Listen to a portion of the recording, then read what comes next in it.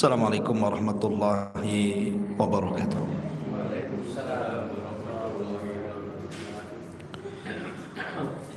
Alhamdulillah, salatu wassalamu ala rasulillah wa ala alihi wa sahbihi wa mawalah wa la hawla wa la quwata illa billahi wa ba'du. Alhamdulillah, segala puja dan puji hanya milik Allah subhanahu wa ta'ala. Salawat dan juga salam kita hadiahkan kepada Rasul kita Nabi besar Muhammad sallallahu alaihi wasallam. Pembahasan di malam hari ini kita akan membahas tentang amalan-amalan yang dianjurkan untuk dilakukan di bulan Sya'ban. Namun sebelum kita menjelaskan tentang amal apa saja yang harus kita lakukan di bulan Sya'ban, sedikit kita akan bercerita sejarah beberapa peristiwa yang terjadi di bulan Sya'ban dulu. Kemudian kita masuk pada amalan-amalan yang dianjurkan dan hal-hal yang dilarang dilakukan di bulan Sya'ban.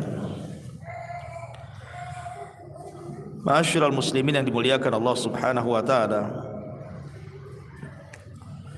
banyak peristiwa yang terjadi di bulan Sya'ban. Walaupun secara keutamaan bulan Sya'ban itu bukan bulan hurum, karena bulan hurum itu kan sudah jelas, dimulai dari Dzulqa'dah, kemudian Dzulhijjah, kemudian bulan Muharram dan bulan Rajab. Sya'ban tidak termasuk. Artinya secara keutamaan bulan memang tidak ada. Tetapi walaupun demikian, bulan Sya'ban ini bulan bersejarah. Banyak peristiwa besar yang terjadi di bulan Sya'ban ini. Apa saja peristiwa-peristiwa di bulan Sya'ban? Yang pertama, diwajibkannya puasa Ramadan. Pertama hijrah Nabi SAW dari Mekah ke Madinah itu belum ada puasa khusus bagi kaum muslimin. Ketika itu puasanya hanya mengikuti puasanya orang Yahudi, tanggal 10 bulan Muharram. Tetapi tanggal 10 bulan Muharram Rasul puasa bertepatan dengan orang Yahudi bukan berarti Rasul mengikuti puasanya Yahudi, tidak. Tapi Rasul ketika bertanya soal alasan orang Yahudi kenapa berpuasa tanggal 10 Muharram, orang Yahudi beralasan dalam rangka menghormati Nabi Musa. Maka Rasul mengatakan, kalau itu alasannya, maka kami lebih menghormati Musa dibandingkan kalian. Maka Rasul berpuasa tanggal 10 Muharram. Tetapi kemudian bertepatan dengan bulan Sya'ban tahun kedua dari hijrah Nabi SAW, turun ayat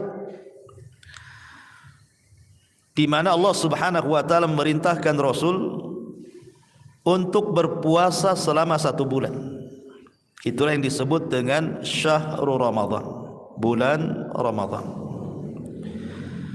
Sehingga puasa tanggal 10 Muharram yang tadinya wajib dimansuh hukumnya menjadi sunnah karena sudah ada puasa Ramadan. Lah, pensyariatan puasa Ramadan itu terjadi di bulan Sya'ban tahun kedua Hijriah. Ini peristiwa pertama. Peristiwa kedua, terjadinya pengalihan kiblat. Kaum muslimin di permulaan salat mereka menghadap Baitul Maqdis. Sehingga kemudian Nabi SAW ketika itu merasa risih karena kiblatnya kaum muslimin dengan kiblatnya Yahudi sama-sama ke Baitul Maqdis. Maka Nabi SAW selalu melihat ke langit. Mudah-mudahan Allah Subhanahu wa taala menurunkan perintah pengalian kiblat sehingga tidak sama antara kiblat kaum muslimin dengan kiblatnya orang-orang Yahudi. Maka turun ayat Al-Baqarah 144. Qad nara taqalluba wajhika fis sama falan walliyannaka qiblatan tardaha fawalli wajhaka syatral Masjidil Haram. Kami melihat, kata Allah, wajahmu yang terus menatap ke langit. Maka Allah mengatakan falan walliyannaka qiblatan tardaha, baik kami akan palingkan kiblat yang kau sukai. Maka arahkanlah wajahmu menuju Masjidil Haram. Maka pengalian kiblat itu terjadi juga di bulan Sya'ban. Dan ini peristiwa yang luar biasa. Akhirnya kaum muslimin punya kiblat sendiri menuju Baitullah Al-Haram. Ini peristiwa yang kedua. Kemudian peristiwa yang ketiga yang terjadi di bulan Sya'ban juga adalah,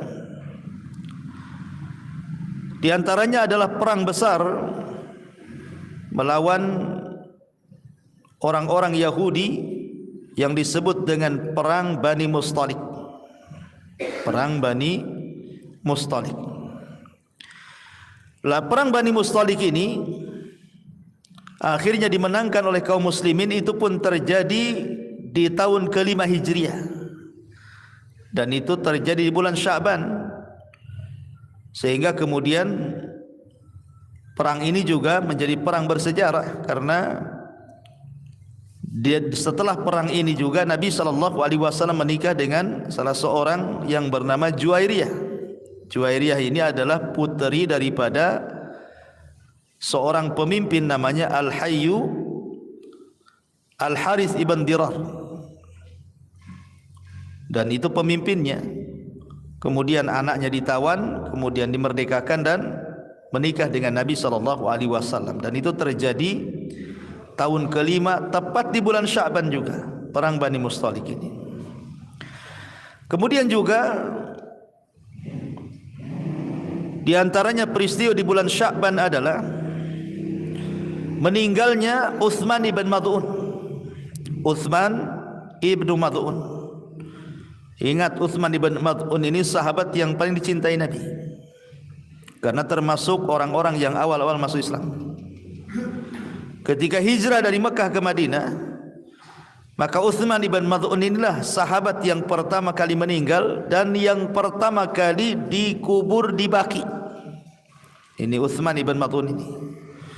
Ini pun terjadi di bulan Sya'ban. Kemudian juga di antara kelahiran para sahabat yang mulia, lahirnya Abdullah ibn Zubair.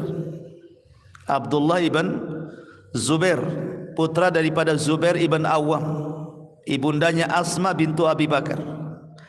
Dan dia adalah orang pertama dari kalangan muhajirin yang lahir pasca hijrah. Abdullah ibn Zubair ini orang yang pertama lahir setelah hijrahnya Rasul dari Mekah ke Madinah. Maka Asma ketika itu mengandung dan melahirkan Abdullah ibn Zubair tepat di bulan Sya'ban juga. Kemudian juga lahirnya Husain ibn Ali, cucu Nabi SAW. Husain ibnu Ali itu juga terjadi di bulan Sya'ban tahun ke-4 setelah hijrahnya Nabi SAW. Kemudian juga beberapa sariyah. Sariyah ini artinya pasukan yang dikirim Nabi SAW, tapi Rasul tidak terlibat dalam pasukan itu. Di antaranya Sariyah Fadak yang ketika itu dipimpin Ali radhiyallahu an, terjadi pada tahun ke-6 Hijriah, juga terjadi di bulan Sya'ban. Kemudian Sariyah Daumatu Jandal. Sariyah Daumatu Jandal itu pun terjadi pada tahun ke-6, terjadi di bulan Sya'ban. Pemimpinnya Abdurrahman ibn Auf. Kemudian juga Sariyah Umar bin Khattab radhiyallahu an, Itu pun terjadi bulan Sya'ban tahun ke-7 setelah hijrah. Kemudian Sariyah Abi Qatadah juga pada tahun ke-8 Hijriah terjadi di bulan Sya'ban, termasuk perang Al-Jisr. Perang Al-Jisr ini tahun 13 Hijriah, 23 Sya'ban. Dan banyak lagi. Adapun para ulama peristiwa di bulan Sya'ban, Ibnu Katsir wafat itu di bulan Sya'ban. Al-Imam Ibnu Katsir ma'ruf, pengarang kitab Tafsirul Azim Ibnu Katsir, itu wafat pada tahun ke-774 dan bulannya adalah bulan Sya'ban. Kemudian juga Al-Imam Imam Ibnu Hazm, seorang ulama Zahiri, itu pun meninggal di bulan Sya'ban, di akhir-akhir bulan Sya'ban tahun 456 Hijriah. Dan banyak lagi peristiwa-peristiwa terjadi, termasuk juga turunnya perintah salawat kepada Nabi sallallahu alaihi wasallam. Innallaha wa malaikatahu yusalluna 'alan nabi ya ayyuhalladzina amanu sallu alaihi wa sallimu taslima. Ini pun ayat ini turun di bulan Sya'ban, memperbanyak salawat kepada Nabi sallallahu alaihi wasallam. Itu secara sejarah. Baik, kita masuk pada pembahasan. Ada beberapa riwayat yang bicara tentang keutamaan bulan Sya'ban ini. Al-Imam An-Nasa'i menyebutkan dalam sunannya dari sahabat Usamah ibn Zaid radhiyallahu anhu, dia mengatakan, "Qultu, aku berkata, ya Rasulullah, lam araka tasumu syahran min asy-syuhur ma tasumu min Sya'ban." Kata Usamah ibn Zaid ini, Rasul, aku tidak pernah melihat engkau berpuasa hampir 1 bulan dibandingkan bulan-bulan yang lainnya, kecuali engkau berpuasa di bulan Sya'ban. Kenapa gitu ya? Ya, Rasul itu jarang sholat sunnah itu sampai full hampir 1 bulan. Lain dengan Ramadan, memang Ramadan 1 bulan kan itu ya. Maksudnya puasa sunnah, Rasul tidak pernah memperbanyak puasa sunnah itu hampir 1 bulan, kecuali bulan Sya'ban. Jadi Usamah bin Zaid ini bertanya alasannya, kenapa gitu ya. Maka Nabi SAW menjawab, "Dzalika syahrun yaghfulun nasu anhu bainar Rajab war Ramadan." Karena bulan Sya'ban adalah bulan yang manusia lalai. Manusia melalaikannya karena dia jatuh setelah Rajab dan jatuh setelah Rajab dan Ramadan. Jadi dia tengah-tengahnya. Dia bulan yang jatuh tengah-tengah antara bulan Rajab dan bulan Ramadan. Wa huwa syahrun turfa'u fihi al-a'mal ila rabbil alamin. Dan bulan Rajab adalah bulan diangkatnya amal-amal menuju Allah Rabb semesta alam. Fa uhibbu an yurfa amali wa ana shaim. Dan saya suka kalau seandainya amalanku diangkat sementara aku sedang berpuasa. Di sini ada 3 poin dalam hadis Usamah bin Zaid. Poin yang pertama, Nabi SAW ketika ditanya kenapa dia memperbanyak puasa di bulan Sya'ban, karena Sya'ban adalah bulan yang dilalaikan manusia. Bulan yang dilalaikan manusia. Kenapa dilalaikan manusia? Karena Sya'ban itu terjepit di antara 2 bulan mulia. Rajab itu bulan mulia karena termasuk Ashhurul Hurum. Ramadan itu lebih mulia lagi karena dia pemimpin bulan-bulan. Sya'ban ini tidak punya keutamaan. Dia terjepit di antara 2 bulan mulia. Sehingga karena orang lebih memperhatikan bulan Rajab, kemudian juga perhatiannya ke Ramadan, Sya'ban ini dilupakan. Sya'ban saja, sebentar lagi kan Ramadan, itu maksudnya. Sehingga kita lihat banyak di bulan Sya'ban itu kebanyakan manusia tidak memperbanyak ibadah. Padahal walaupun demikian kita dianjurkan banyak ibadah. Alasan manusia tidak banyak ibadah di bulan Sya'ban itu karena menyongsong Ramadan. Rata-rata kan sebagian mereka ada yang kerja keras 1 bulan Sya'ban ini supaya Ramadan tenang-tenang. Ada yang belanja gitu ya, menghabiskan uang di bulan Sya'ban ini supaya Ramadan alasannya tidak keluar lagi. Banyak perkara-perkara yang manusia dilupakan gitu ya. Alasannya menyongsong Ramadan, tetapi malah kemudian meremehkan amalan-amalan di bulan Sya'ban. Makanya kenapa Rasul mengatakan Sya'ban ini terkadang bulan yang dilalaikan manusia, karena terjepit di antara dua bulan mulia. Padahal dalam kaidah para ulama bahwa mengamalkan sesuatu di waktu yang manusia melalaikannya berarti amalan itu memiliki pahala besar. Kalau seandainya antum melakukan amalan soleh di waktu yang manusia melalaikannya, maka amal soleh yang antum lakukan itu lebih besar pahalanya. Contoh, umpamanya waktu duha, mulai jam terbit matahari sampai waktu zuhur, itu disebut waktu duha namanya. Ya. Waktu duha itu adalah waktu yang dilalaikan manusia. Kenapa waktu duha dari terbit matahari sampai zuhur itu disebut waktu yang dilalaikan manusia? Karena itu waktu-waktu di mana manusia sibuk mencari dunia. Yang kantor ke kantor, yang pasar ke pasar, yang ke ladang ke ladang, yang kerja di jalan. Pokoknya mulai terbit matahari sampai zuhur itu orang sibuk-sibuknya kerja tuh. Lalai untuk ibadah kan. Tiba-tiba di saat manusia sedang sibuk bekerja, antum pula keluar dari kesibukan dunia, kemudian solat duha. Berarti solat duha itu solat yang paling istimewa. Kenapa? Karena dilakukan di saat manusia lalai. Antum keluar dari kelalaian itu. Maka sama dengan Sya'ban juga. Kalau Sya'ban ini orang lalai dengan bulan Sya'ban karena memikirkan menyongsong Ramadan, sibuk mengumpulkan dunia. Tiba-tiba antum kemudian keluar dari kesibukan itu, antum pikir justru ini bulan kesempatan untuk beramal soleh menyongsong Ramadan, bukan mencari dunia. Maka amalan yang antum lakukan di bulan Sya'ban ini lebih istimewa. Karena apa? Karena dilakukan di saat lalainya manusia. Ini satu perkara. Perkara yang kedua, bahwa amalan yang dilakukan saat lalai manusia itu menunjukkan keikhlasan. Menunjukkan keikhlasan. Seperti yang saya contohkan tadi, orang ketika sibuk bekerja, tiba-tiba antum keluar dari kesibukan orang, tiba-tiba sholat.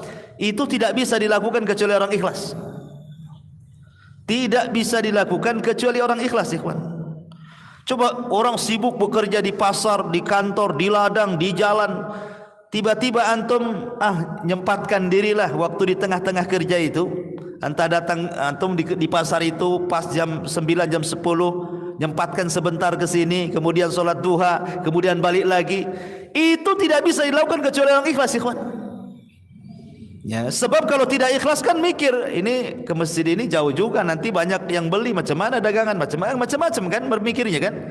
Nah, sehingga orang yang melakukan hal-hal yang waktu-waktu dilalaikan manusia itu menunjukkan keikhlasan dia. Ini poin yang kedua. Poin yang ketiga, bahwa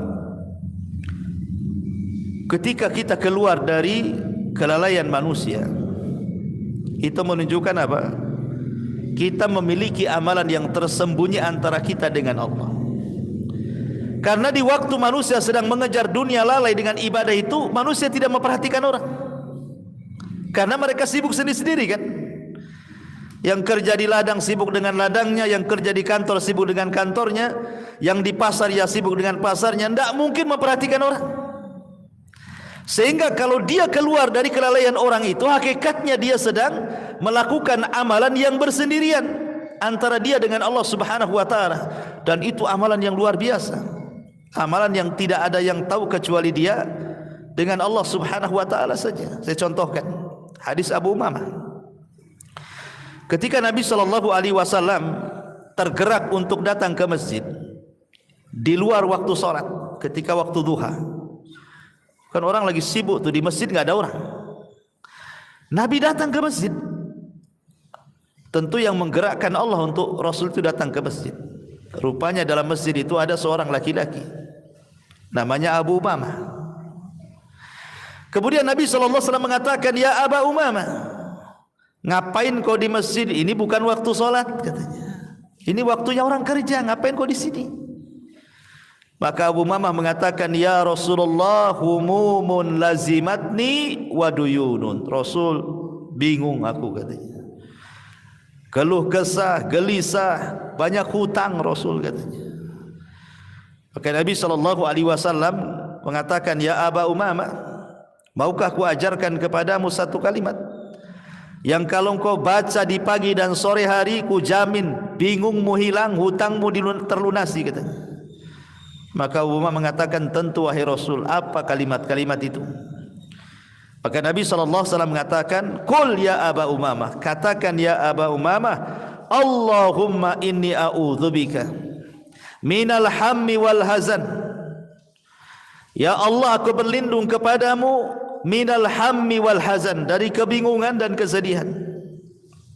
Minal ajzi wal kasal, dari kelemahan dan juga kemalasan. Minal jubni wal bukhli, dari ketakutan dan kebakhilan. Wa min ghalabatil daini wa qahrir rijal, dan berlindung kepadamu ya Rabb dari terkalahkan hutang atau dikalahkan manusia. Maka Abu Umamah mengatakan, ketika aku terus melakukan amalan ini pagi dan petang, maka dalam waktu yang sebentar Allah hilangkan duka citaku dan Allah lunasi hutang-hutangku. Syahidnya di sinilah Abu Umamah bersendirian dengan Allah. Ketika dia sedih, stres, banyak hutang, banyak masalah, kemana dia mengadu? Ke masjid. Karena masjid itulah silah antara kita dengan Allah. Hubungan kita dengan Allah itu paling dekat di masjid. Makanya Abu Umamah ketika ada masalah masuk ke masjid, kemudian sholat berdoa, dan Allah kabulkan diutusnya Rasul SAW. Dilangkahkan kakinya menuju masjid. Siapa yang melangkahkan kaki Rasul ke masjid kalau bukan karena Allah? Siapa yang menggerakkannya? Doanya Abu Umamah. Ya. Jadi amalan bersendirian dengan Allah itu bisa menggerakkan semuanya. Jadi itu amalan yang luar biasa. Lah orang yang melakukan amalan di bulan Sya'ban itu hakikatnya dia sedang bersendirian dia dengan Allah, karena bulan ini bulan dilalaikan manusia. Ini 3 poin. Yang pertama, bahwa bulan Sya'ban itu bulan yang dilalaikan manusia antara Rajab dan Ramadan. Yang kedua, dalam hadis ini Nabi SAW mengatakan, wa huwa syahrun turfa'u fihi al-a'mal ila rabbil alamin. Bulan Sya'ban itu adalah bulan diangkatnya amal-amalan menuju Rabbul Alamin, Allah Subhanahu wa taala. Ma'asyiral muslimin yang dimuliakan Allah Azza wa Jalla, kita tahu bahwa amalan kita ini diangkat oleh Allah Subhanahu wa taala lewat para malaikat itu di tiga waktu. Di 3 waktu. Maksudnya ada yang sifatnya harian, ada yang sifatnya pekanan, mingguan, ada yang sifatnya tahunan. Adapun yang sifatnya harian itu berdasarkan hadis Nabi SAW. Kata Nabi SAW, yata'aqabuna fikum malaikatul laili wa malaikatun nahar. Jadi Allah Subhanahu wa taala setiap hari itu menugaskan ada malaikat-malaikat itu yang mencatat kebaikan. Ada yang mencatat di siang hari, ada yang mencatat di malam hari. Malaikat ini tugasnya mencatat kebaikan saja. Dia tidak mencatat keburukan. Karena sudah ada Raqib dan Atid. Kalau Raqib dan Atid kan semua dicatat dia. Tapi malaikat-malaikat ini dia tidak mencatat kecuali kebaikan. Kebaikan yang dilakukan hamba Allah di malam hari dan kebaikan yang dilakukan hamba Allah di malam hari. Jadi ada 2 sip malaikat. Ada malaikat sip siang, ada malaikat sip malam. Ya. Makanya Rasul mengatakan malaikatul bil laili wa malaikatu bin nahar. Ada malaikat yang ditugas di malam hari, ada malaikat yang bertugas di siang hari. Jadi ada sip-sipan malaikat ini. Wa yastami'una fi salati subhi wa salatil asri. Di mana 2 malaikat ini berjumpa di 2 salat. Pertama salat asar, yang kedua salat subuh. Thumma ya'rujul ladzina batu fikum fayas'aluhumullah wa huwa a'lam bihim kaifa taraktum ibadi fayaquluna taraknahum wa hum yusallun wa atainahum wa hum yusallun. Lah ketika malaikat ini berjumpa di dua waktu ini, jadi malaikat malam mulai dari asar sudah mencatat amal kita ini, apa saja setelah asar amalan-amalan kita itu. Kemudian habis maghrib apa saja yang kita lakukan. Kemudian habis isya apa saja kita lakukan. Kemudian sebelum tidur apa saja yang kita lakukan. Terus sampai ketika bangun tidur, apa yang dilakukan dari kebaikan terus dipantau malaikat ini dan dicatat sampai waktu subuh. Lah ketika datang waktu subuh, manusia sudah solat subuh, sedang solat subuh, terhentilah catatan malaikat malam ini untuk ganti sip. Ya. Jadi setelah malaikat malam mencatat kebaikan kita itu, maka mereka di waktu manusia sedang solat subuh, mereka naik. Ketika mereka naik, turun malaikat yang mencatat kebaikan di siang hari. Kemudian akan mencatat kebaikan kita selepas subuh, zuhur, sampai waktu asar. Nanti di waktu asar nih, malaikat yang mencatat kebaikan di siang hari, di saat manusia sedang solat, maka malaikat naik. Di waktu yang sama, malaikat yang mencatat kebaikan di malam hari turun. Begitu setiap harinya. Pertemuannya di waktu subuh dan asar. Lah setiap malaikat nih yang sudah mencatat kebaikan-kebaikan hamba-hamba ini, baik siang ataupun malam, langsung menghadap Allah. Maka Allah Subhanahu wa taala bertanya, "Ma taraktum ibadi?" Sedang apa kau tinggalkan hamba-hambaku? Maka malaikat-malaikat, pada Allah sudah tahu, tentu Allah bertanya seperti itu, bukan berarti Allah jahil, tidak, Allah tahu. Tetapi Allah Subhanahu wa taala hanya ingin menanya saja, padahal dia sudah tahu. Maka para malaikat ini mengatakan, taraknahum wa hum yusallun wa atainahum wa hum yusallun. Kami tinggalkan mereka sedang solat dan kami datang mereka sedang solat. Maksudnya kami tinggalkan mereka sedang solat subuh dan kami datang mereka sedang solat asar. Jadi dua solat itulah pertemuannya. Ini namanya amalan harian. Setiap hari amalan kita diangkat, waktu asar dan subuh. Makanya kenapa dua waktu solat ini istimewa. Rasulullah SAW sampai mengatakan, man hafadhu ala baradaini dakhalal jannah. Siapa yang menjaga dua waktu solat ini dijamin masuk surga. Maksudnya subuh dan asar. Dan sebagian ulama mengatakan subuh dan asar itu disebut dengan solat wusta, yang Allah katakan hafidhu ala salawati was salatil wusta. Jaga oleh kalian dua solat wusta. Solat wusta itu maksudnya solat asar ataupun solat subuh. Walaupun khilaf mana sebenarnya yang dimaksud solat wusta, asarkah subuhkah? Ada yang mengatakan asar, ada yang mengatakan subuh. Bagi yang mengatakan asar solat wusta berdasarkan nas. Ketika Nabi perang Khandaq, Rasul sampai tidak sempat solat asar kecuali waktu maghrib. Rasul marah dan mengatakan, semoga Allah memenuhi kuburan-kuburan orang-orang musyrik itu karena mereka mengakhirkan solat wusta pada waktunya. Lah ketika itu Rasul mengakhirkan solat asar. Berarti berdasarkan nas bahwa solat wusta itu solat asar. Bagi yang mengatakan bahwa solat wusta itu solat subuh, karena solat subuh itu solat pertengahan, dia tidak ada gandengannya. Zuhur ada gandengannya dengan asar, maghrib ada gandengannya dengan isya, subuh tidak ada. Makanya dia satu-satunya solat yang tidak bisa dijamak. Ya kan, yang bisa dijamakan zuhur dengan asar. Itu kalau solat siang. Kalau solat malam maghrib dengan isya, subuh tidak bisa. Dia tidak bisa dijamak dengan isya, nggak bisa juga dijamak dengan zuhur. Dia sendiri. Ya, makanya disebut wusta, dia tengah-tengah, dia nggak ada gandengannya dia. Dia tidak masuk pada solat malam maghrib dengan isya, dia tidak masuk pada solat siang zuhur dengan asar, makanya disebut wusta. Ada juga yang mengatakan seperti itu. Ini yang pertama. Amalan kita setiap hari itu diangkat pada waktu asar dan pada waktu subuh. Yang kedua, yang sifatnya mingguan atau pekanan berdasarkan hadis yang dikeluarkan Imam Muslim dari Abi Hurairah radhiyallahu anhu. Nabi SAW mengatakan, tuftahu abwabul jannati yaumal itsnaini wa yaumal khamis. Allah Subhanahu wa taala membuka pintu-pintu surga di hari Senin dan di hari Kamis. Fayughfar likulli 'abdin la yusyrik billahi syai'an illa rajulan kanat bainahu wa baina akhihi syahna. Maka akan diampuni pada tiap-tiap hamba yang tidak menyekutukan Allah sedikit pun, kecuali seseorang yang punya masalah dengan saudaranya, bertengkar dengan saudaranya, maka tidak akan diangkat amalannya. Jadi yang sifatnya pekanan, amalan kita diangkat setiap Senin dan Kamis. Makanya di situ ada syariat puasa Senin Kamis, ya. Lah yang sifatnya tahunan, inilah di bulan Sya'ban. Di bulan Sya'ban sifatnya tahunan. Allah angkat amalan kita setiap setahun sekali di bulan Sya'ban.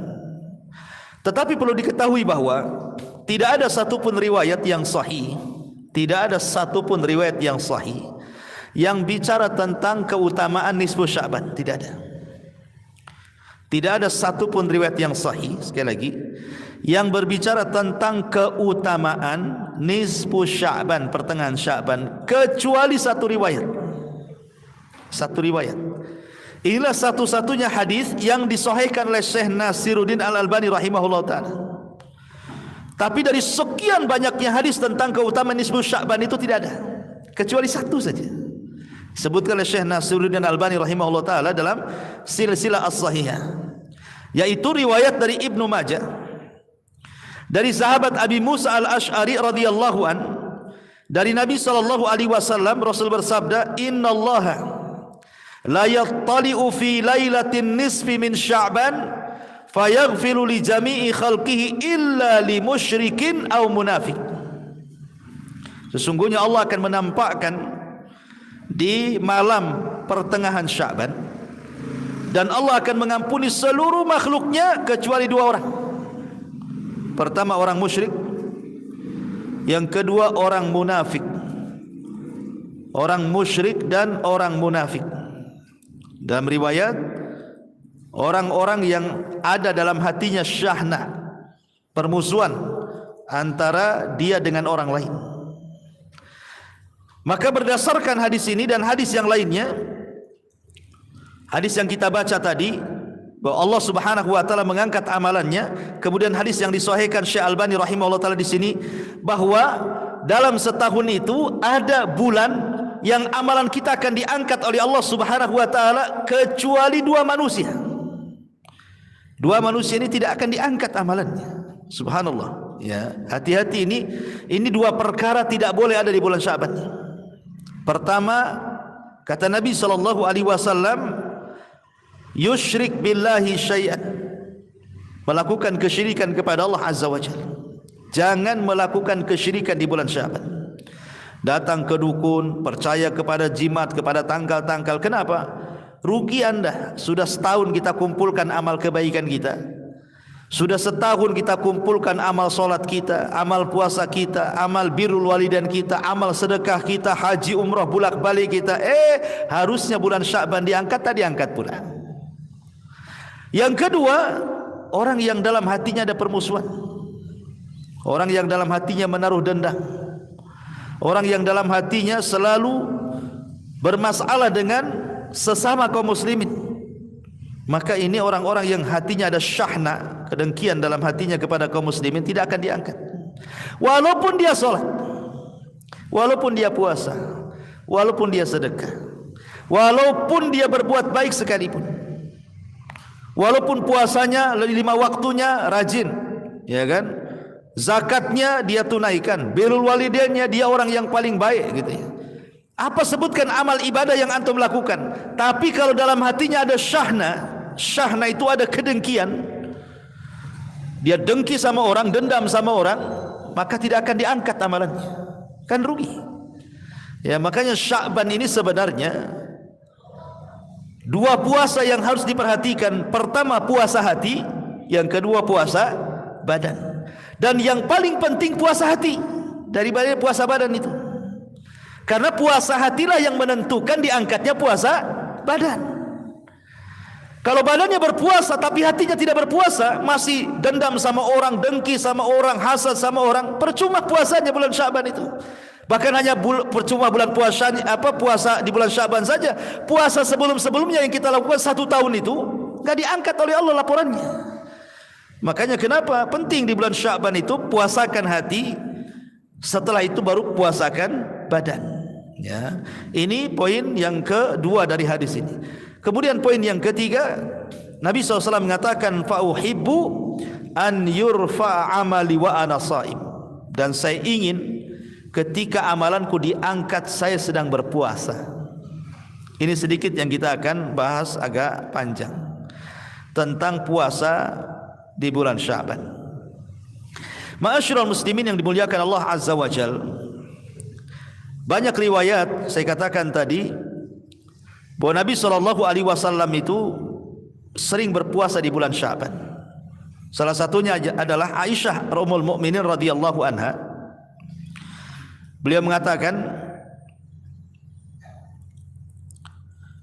lam yakunin Nabi sallallahu alaihi wasallam yasumu syahran akthar min Sya'ban. Kata Aisyah radhiyallahu anha mengatakan, Nabi tidak pernah puasa hampir 1 bulan, maksudnya puasa sunnah, kecuali di bulan Sya'ban. Ya. Menunjukkan hadis Aisyah itu apa? Rasul tidak pernah berpuasa hampir 1 bulan kecuali di bulan Sya'ban, menunjukkan bahwa Rasul banyak puasa di bulan Sya'ban, gitu maksudnya. Kemudian juga riwayat yang lain dari Ummu Salamah. Ya. Ummu Salamah radhiyallahu anha, aku bertanya kepada Aisyah radhiyallahu anha tentang puasa Rasul.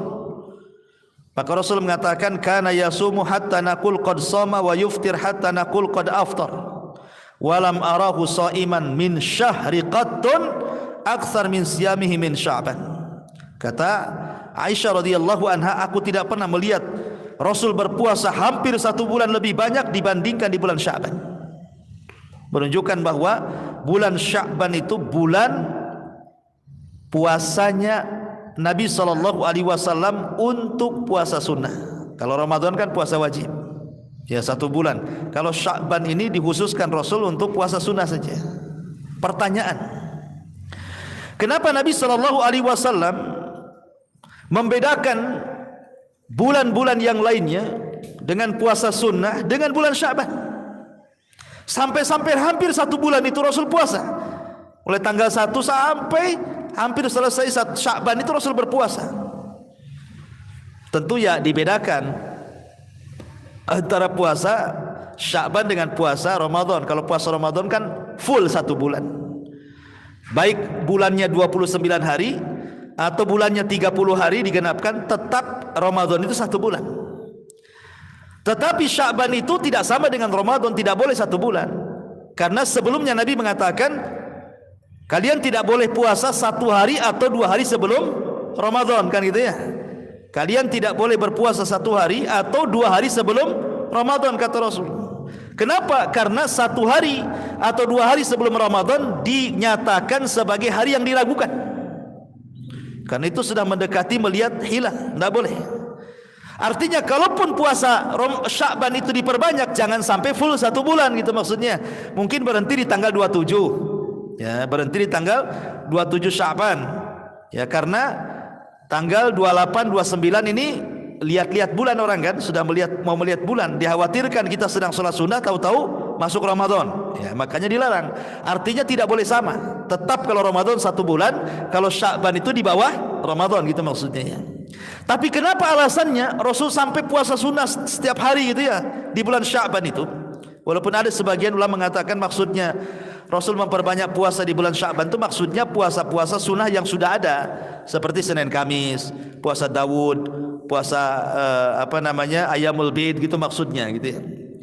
Tapi ada juga yang mengatakan tidak, ya puasa sunnah dari mulai tanggal 1 Sya'ban sampai tanggal 27 Sya'ban, gitu maksudnya ya. Jangan lewat 1 atau 2 hari sebelum Ramadan gitu. Ini alasannya. Pertama, alasannya karena Nabi SAW itu suka safar. Rasul itu suka safar di luar Sya'ban, sehingga ketika safar itu Nabi terbiasa puasa. Kalau lagi mukim terbiasa puasa 3 hari dalam sebulan yang disebut dengan Ayyamul Bid. Tapi ketika safar Rasul tinggalkan. Kemudian seolah-olah Rasul mengumpulkan puasa Ayyamul Bid itu dijadikan satu di bulan Sya'ban, gitu maksudnya. Diqadha ya bahasa kitanya ya. Jadi karena ketika safar dia tinggalkan puasa 3 hari dalam sebulan, itulah dikumpul-kumpul, akhirnya diqadha di bulan Sya'ban. Ini satu pendapat. Ya. Pendapat yang kedua, karena rata-rata istri-istri Nabi SAW itu mereka punya utang. Namanya wanita juga bukan istri Nabi, siapapun pasti punya utang Ramadan itu. Tak mungkin tak punya utang, karena haid wanita itu pasti punya utang. Ya, tergantung hutangnya berapa lama haid. Lah istri si Nabi SAW itu kalau mereka punya utang, terkadang mereka itu mengqadhanya di bulan Sya'ban, sehingga Nabi SAW menemani mereka puasa. Ya, karena istri-istrinya puasa, Rasul ikut puasa.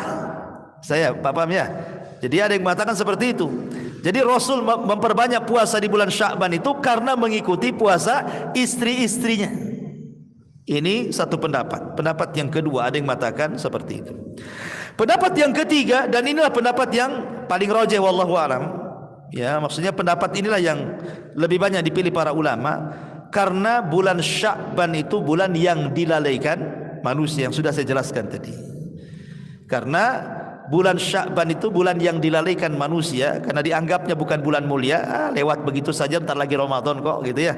Makanya Rasul itu ingin memperbanyak puasa di saat lalainya manusia, maka Rasul berpuasa hampir 1 bulan full. Ya, tentu berbeda dengan wajib. Ya, itu 3 alasan kenapa Nabi SAW memperbanyak puasa di bulan Sya'ban. Tentu hikmahnya salah satunya yang paling besar adalah persiapan masuknya Ramadan. Itu hikmah yang paling besar.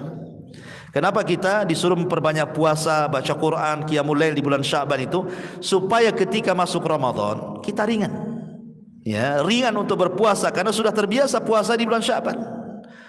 Dan ini disebutkan oleh para ulama salaf seperti Salamah ibn Kuhail rahimahullahu taala mengatakan, Syahrul Sya'ban syahrul qurra. Bahwa bulan Sya'ban itu bulannya orang yang suka menghatamkan Quran, bulannya orang-orang yang gemar dengan Al-Quran. Wa kana Habib ibn Abi Thabit rahimahullahu taala, idza dakhala Sya'ban, apabila masuk bulan Sya'ban, dia mengatakan hada syahrul qurra, ini bulannya para pencinta Quran.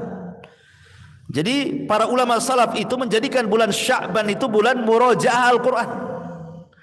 Mereka memperbanyak baca Quran, menghafal Quran, murajaah lagi Al-Quran, supaya ketika masuk Ramadan mereka punya hafalan. Mungkin hafalannya sudah lancar bacaannya, sehingga kalau menghatamkan di bulan Ramadan cepat.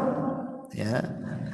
Juga dikatakan oleh Amr ibn Qais Al-Mala'i rahimahullahu taala, idza dakhala Sya'ban aghlaqa hanutahu wa tafarraga li qiraatil Quran. Apabila bulan Sya'ban datang, maka Amr ibn Qais ini dia tutup pintunya, dia tidak menerima tamu, dia habiskan untuk membaca Al-Quran. Dan ulama mengatakan Rajab adalah syahru zar'in, wa Sya'ban syahru syakin, wa Ramadan syahru hisadin. Dan ini sudah saya jelaskan bahwa bulan Rajab bulan menanam, Sya'ban itu bulan pengairan, dan juga Ramadan bulan memetik. Artinya Sya'ban ini justru bulan pemupukan ibadah, karena dia bulan nyiram, kata ulama kan. Apa fungsi nyiram itu? Ya mupuk. Ya. Jadi ibadah-ibadah yang sebelum Sya'ban kita lakukan, seperti bulan Rajab kita melakukan puasa, baca Quran, apa saja itu dipupuk di bulan Sya'ban ini. Jangan sampai ditinggalkan yang sudah biasa dilakukan itu, jangan sampai ditinggalkan di bulan Sya'ban. Dipupuk terus gitu ya, supaya ketika Ramadan, disitulah orang dapat hasilnya. Jadi terbiasa puasanya, terbiasa baca Qurannya, terbiasa zikirnya, terbiasa, dan begitu seterusnya. Itu diantara faedah kenapa Nabi SAW memperbanyak puasa di bulan Sya'ban ini. Tapi ma'asyiral muslimin, tidak ada ibadah satupun yang khusus di pertengahan Sya'ban ya, enggak ada. Ingat, karena ada sebagian masyarakat yang mengkhususkan nisfu Sya'ban, tidak ada. Karena tidak ada riwayatnya masalahnya. Semua riwayatnya lemah masalahnya. Tidak ada yang sahih tentang keutamaan nisfu Sya'ban itu, kecuali satu hadis tadi saja. Hadis tentang Allah menampakkan kepada hamba-hambanya mengampuni semua makhluk-makhluknya kecuali orang musyrik dan munafik. Dalam riwayat kecuali orang musyrik dan orang yang menaruh dendam. Ya, tetapi Abdullah ibn Mubarak ketika ditanya tentang nisfu Sya'ban, apakah nisfu Sya'ban itu Allah turun ke langit dunia? Kata Abdullah ibn Mubarak, Allah turunlah bukan nisfu Sya'ban saja, setiap malam Allah turun katanya. Karena riwayatnya apa? Yanzilu Rabbuna ila sama'i dunya fi kulli thuluthil lailil akhir wa dzalika kulla lailatin. Sepertiga malam akhir itu Allah turun setiap malam, bukan ketika nisfu Sya'ban saja.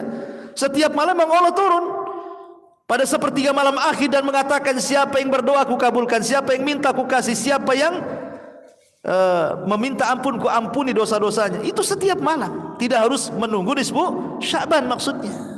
Ya, jadi intinya bahwa riwayat-riwayat tentang nisfu Sya'ban itu tidak ada yang sahih kecuali satu hadis ini saja. Termasuk juga hadis tentang larangan berpuasa setelah pertengahan Sya'ban. Kan ada hadis yang mengatakan dalam hadis Nabi SAW, idzan tasafa Sya'ban fala tasumu hatta yakuna Ramadan. Apabila sudah sampai di pertengahan Sya'ban jangan kalian puasa. Artinya puasa itu sebelum pertengahan Sya'ban. Tapi kalau sudah di atas pertengahan Sya'ban dilarang puasa. Hadis ini batil. Hadis ini tidak benar. Jadi kita boleh puasa. Buktinya Rasul mengatakan kalian boleh berpuasa asal jangan 1 hari atau 2 hari sebelum Ramadan. Menunjukkan bahwa sebelumnya boleh puasa. Ya kan? Sebelumnya boleh puasa. Kemudian Rasul mengatakan, saya ingin memperbanyak puasa supaya ketika amalanku diangkat aku sedang berpuasa. Nah, berarti hadis tentang masalah larangan tidak boleh puasa setelah pertengahan Sya'ban, hadis ini lemah. Ya, hadis ini tidak bisa dijadikan hujjah oleh para ulama. Taib. Lalu apa saja secara umum amalan-amalan yang dianjurkan di bulan Sya'ban itu? Apa yang harus kita lakukan selama Sya'ban ini lewat dari kita ini?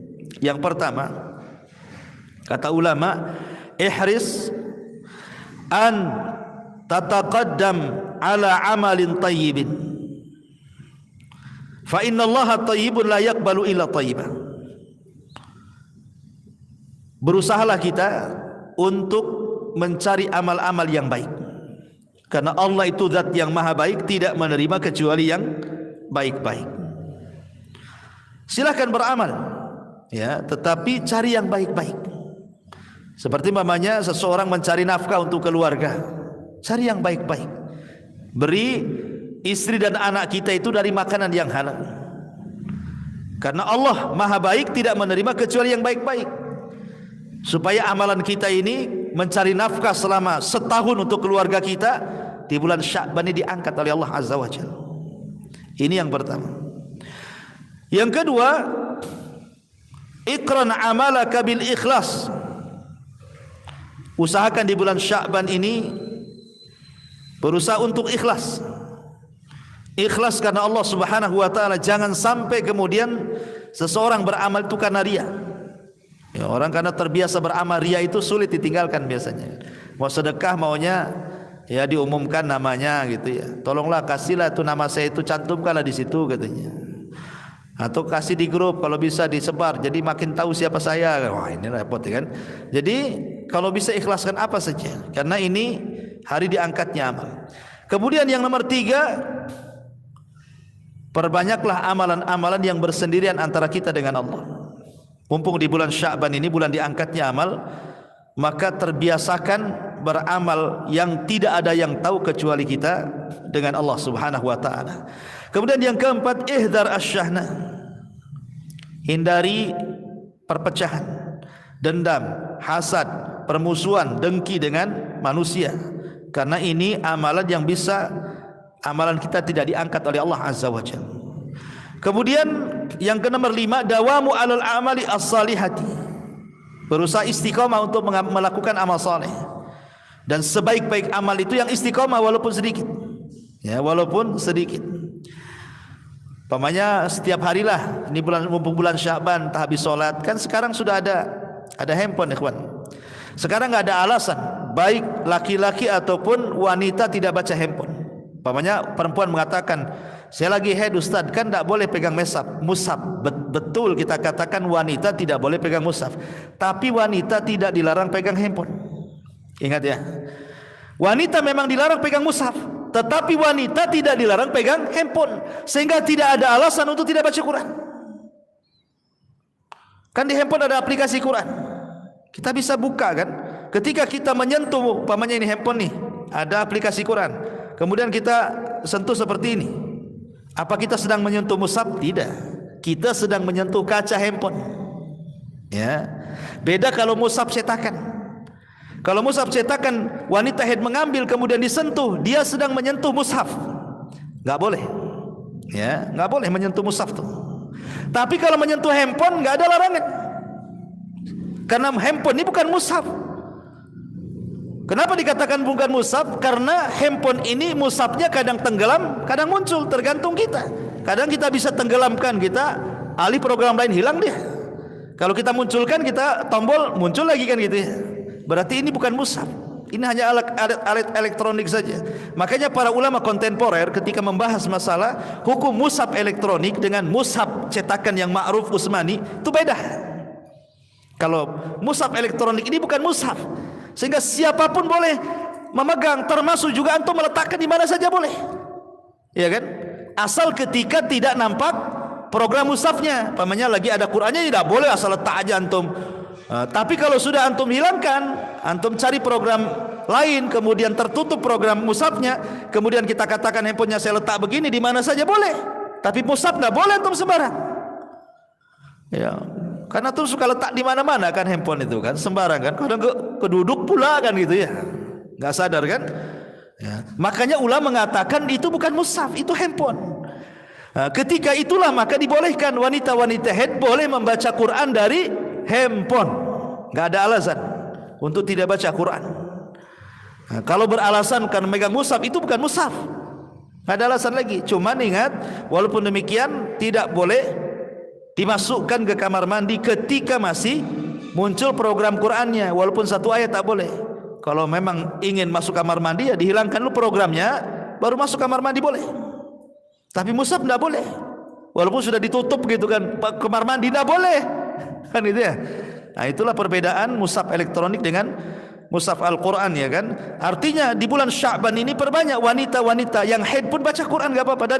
Jangan dari mushaf, dari mushaf elektronik, maksudnya dari handphone. Gak ada alasan ya, gak ada uzur lagi. Sekarang Allah mudahkan loh, dengan adanya handphone itu Allah mudahkan. Dulu kita bawa Quran kemana-mana malu. Kalau kita bawa nenteng-nenteng mushaf kemana-mana malu, ya kan? Apalagi anak-anak muda. Ya. Tapi sekarang bawa handphone kemana-mana, justru kalau tidak bawa handphone malu. Terbalik. Ya, orang sekarang kalau tidak bawa handphone malu kan? Artinya di tangan itu ada mushaf terus. Kita bisa bawa mushaf kemana-mana sekarang. Nggak ada alasan antum tidak baca mushaf lagi, karena handphone udah, kalau ketinggalan aja masih terpikir ketinggalan handphone dibandingkan ketinggalan dompet. Jadi nggak ada alasan lagi untuk tidak baca Quran dari handphone. Makanya di bulan Sya'ban, sekali lagi, bahwa bulan Sya'banlah bulan yang sangat istimewa. Kata ulama, perbanyak membaca Al-Quran, karena menghadapi bulan Quran Ramadan gitu ya. Kemudian juga perbanyak doa, an yatakabbalallahu minka, semoga Allah Subhanahu wa taala menerima amalan-amalan kita kepada Allah Subhanahu wa taala di bulan Sya'ban ini, dan berdoa kepada Allah juga agar kita diberikan usia panjang sehingga bisa menyongsong Ramadan. Ya, karena siapa yang tahu usialah, Allah saja yang tahu. Kadang-kadang kita berharap Ramadan tahun ini ketemu, tapi Allah tidak takdirkan meninggal pula di bulan Sya'ban. Nah, makanya minta kepada Allah umur panjang, umur yang berkah, supaya kita berjumpa dengan Ramadan. Ini diantara amalan-amalan yang dianjurkan di bulan Sya'ban secara umum. Wallahu a'lam bishawab. Mudah-mudahan ada manfaatnya. Karena kondisi juga masih kurang fit, ikhwan. Ya, kita cukup sampai di sini. Subhanakal bihamdika, asyhadu an la ilaha illa anta astaghfiruka wa atubu ilaik. Allahu ta'ala. Assalamualaikum warahmatullahi wabarakatuh.